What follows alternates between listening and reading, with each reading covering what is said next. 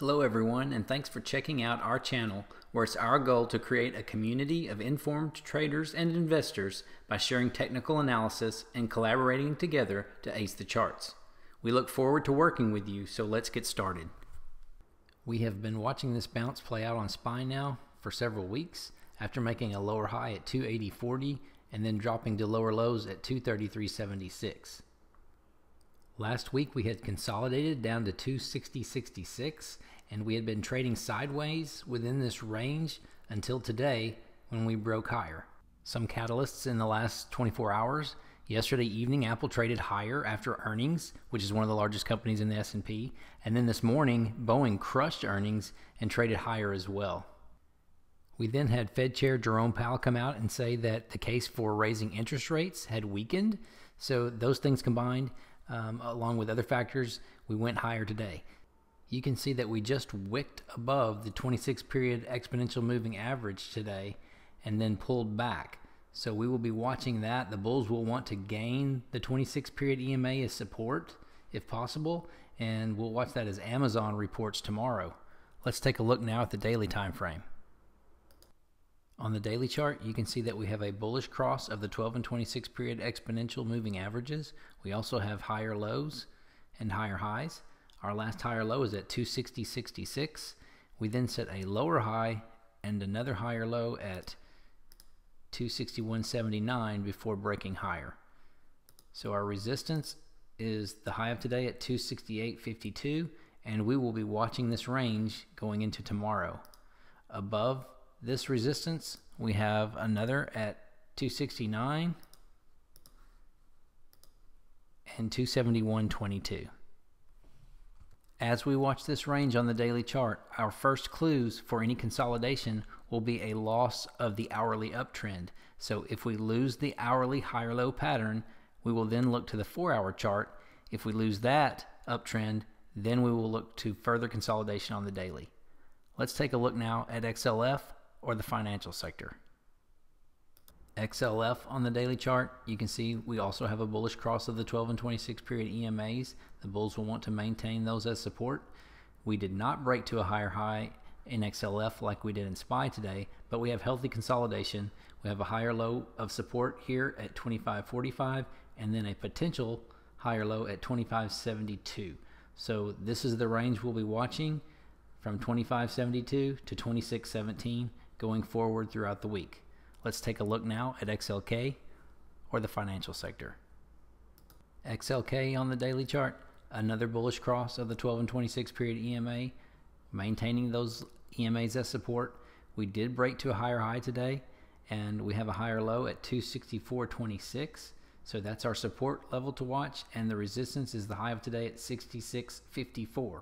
That's our range going into the week, the rest of the week. And we have another resistance above that at 67.12. Let's take a look now at IWM or the Russell 2000. Looking at the Russell 2000 on the daily chart, you can see we also have a bullish cross of the 12 and 26 period EMAs. We're maintaining those as support. However, we did not break to a higher high today. We're trading within this range here, and we set a lower high compared to 147.92 and then a higher low at 145.38.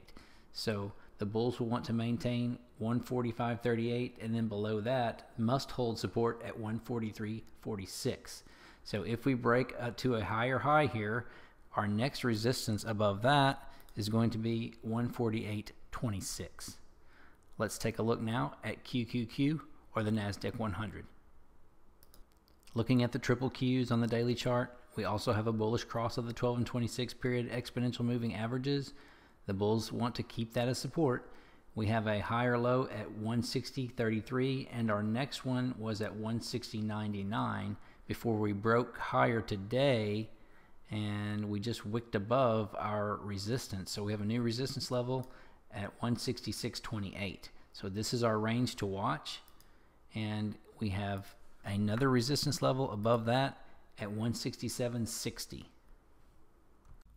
Again, with QQQ, just like the other names, our first clues of any consolidation will be the loss of the hourly uptrend or the higher low pattern on the hourly chart.